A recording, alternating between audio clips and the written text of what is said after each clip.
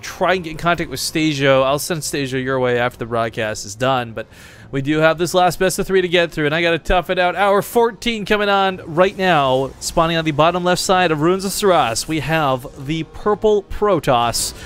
Flipside Tactics, puCK. And in the top right, it's gonna be the green Protoss, HuK. Now, HuK was really, I think, worried and hellbent on not dealing with Terran, and he kind of got his wish. I don't think his PvP skills are actually very bad. In fact, I would say they're some of the best ones we've seen outside of the cheese in the past. So we'll see how he fares versus puCK. But puCK is not exactly an amateur player either. And holy shit, what is this? What the fuck? Well, that's a way to start off this best of 3. I'll use to go buy another bottle of water. $100 donation coming from HuK. You know what? Since I'm alone, I can be obnoxious. Hang on. Wait for it. Sorry in advance, it can be loud. Turn the music down a bit for this. Your time is up, my time is now. You can't see me, my time is now. Thank you very much, HuK, for the $100 donation. Says, I have no energy left to channel, but I have a couple of dollars. Thanks for all the all-day coverage. Thank you, HuK, my very generous friend. I will definitely, I'll find a way to convert that to energy. It's hype for sure, if nothing else. But a proxy pylon comes down for puCK. And does he actually, did he scout for sure? Confirming where this is. No, he's taking the 50-50 chance. So he scouts that HuK is not in the top left. But by putting this proxy in the middle, it guarantees a 50-50 chance he goes the right direction. Now, he might actually luck out and go north right away, and if that's the case, cool beans, fantastic. But the problem is, this Twilight Council kind of delays. Oh, this Mothership Core. Oh, he's not going to see this. If he goes straight down to scout, he's not going to see this. Because if the Mothership Core killed the pylon, then none of this gets up and running. But he's going to get the gateway in for the proxy effect. He's got the robo down for the Immortals. And thank God we have a stream delay. Because this is one of those builds that's a little bit sensitive on information. But gonna scout down here and realize, both players realize that this is not where either of them spawned. HuK actually pulling back off this. He's still not gonna see this on the return. Now it's HuK who's gonna go for the Dark Shrine. I thought this was gonna be for Blink or something, but Dark Templar would normally be devastating if puCK wasn't. I'm gonna call him Solace. It's gonna be easier because Solace versus HuK, or puCK versus HuK is gonna get confusing. If Solace wasn't already going for the robo, he might not have observers. It's a question mark of like whether that would happen or not. But he's actually like really good to go for this.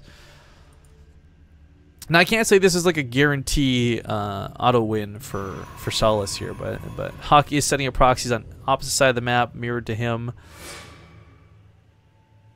Dep's gonna walk past each other.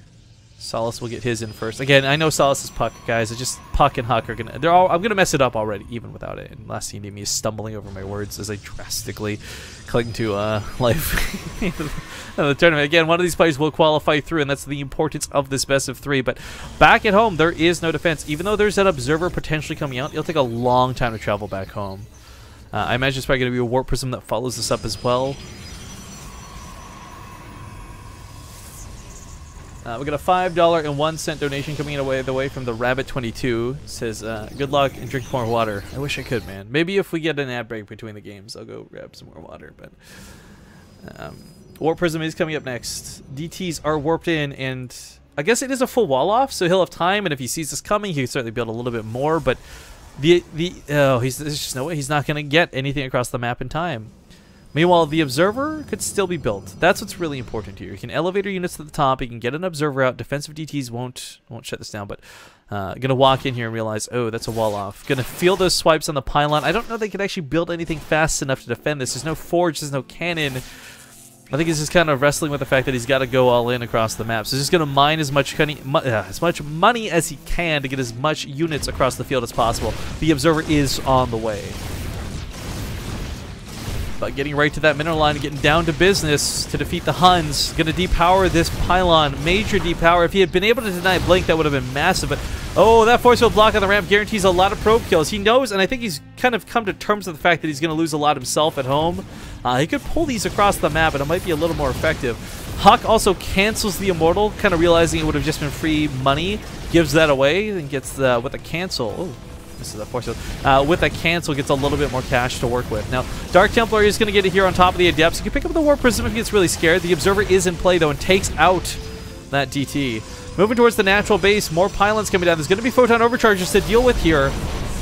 Picking up and retreating back with the rest of his army might be the best course of action, and it looks like exactly what he's going to do. Immortals bring a lot of damage, so they're able to tear down these pylons, of course, but those force fields and those photon overcharges are going to be really hard to contest. Other side of the map, probes did get pulled with a mothership core. Why is he recalling? Observer on the way back home? Realizing he's got time to spare, maybe? Is there an observer on the way here? There's no way. What's the detection? Oh, he tried to grab an observer to recall. Oh, he did it too soon. Ah, that would have been so clever. He was going to go try and grab the observer, recall it, bring it back home, and go for the overcharge, but realizing too late that he missed it, the overcharge hits nothing, and this Nexus is going to go down, and puCK does not, sorry, Chalice does not have the money to rebuild another Nexus. So now it is 100% do or die.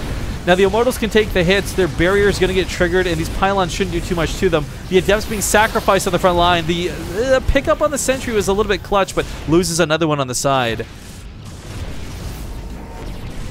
HuK, in the meantime, is trying to... I can't tell whose force fields are whose, to be completely honest with you guys. But HuK's trying to manage this the best he can. He doesn't have a great army to take this on. The Immortals bring a lot of damage to the party. The biggest thing he has going for him are those pylons surrounding his Nexus with this. But the probes get pulled. There we are across the map. And, yeah, this is do or die. puCK either wins or loses through this attack. Now he's picking off units, and the probes are providing some fodder. More probes join the front lines, but... no sick blink micro with the Warp Prism this time, and the pylons are just dealing so much damage. 30 damage a shot. The Mothership Core's got enough energy for one more overcharge.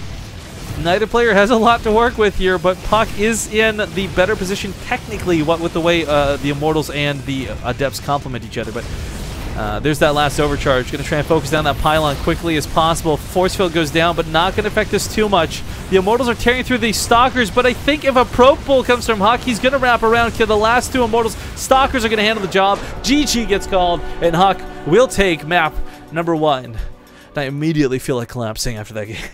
I definitely need to get some water. So, GG's. Ad break. I'm going to get water. We'll be back very soon, guys. I can't do this without water.